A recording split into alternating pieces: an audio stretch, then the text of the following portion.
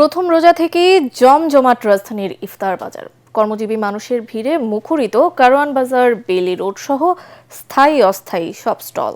ক্রেতারা বলছেন মুখরোচক খাবার কেনার চেষ্টা থাকে তাদের। জামিল হাসান শান্তর রিপোর্ট।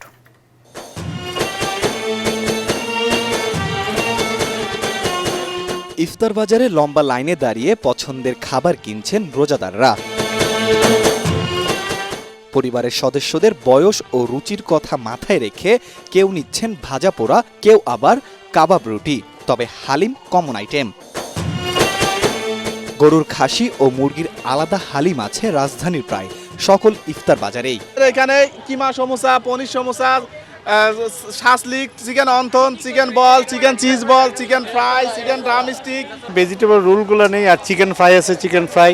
আমি চিকেন রোল, ছোলা, তারপর পরোটা, হালিম, জিলাপি এইগুলি নেওয়া হয়। হালিম আর দইয়ের বড়া এটাই নেওয়া হয়, সব বাসা থেকে করা হয়। চোখে পড়ার মতো ভিড় 5 তারকা হোটেলগুলোতেও, যেমন রং বেরঙের বাহারি খাবারের পাশাপাশি শাহী জিলাপি, রেশমি জিলাপি, চিনি ও গুড়ের জিলাপি। নানা স্বাদ ও আকারের ভিন্নতায় অনেকের পছন্দের তালিকায় আছে জিলাপি।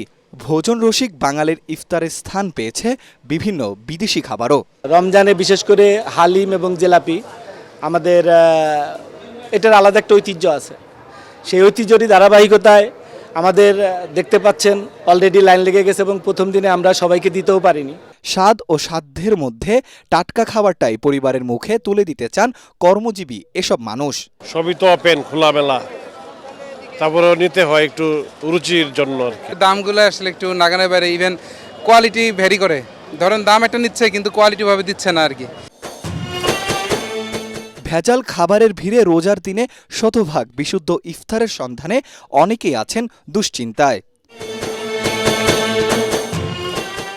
জামিল হাসান শান্ত, এটিএন বাংলা, ঢাকা।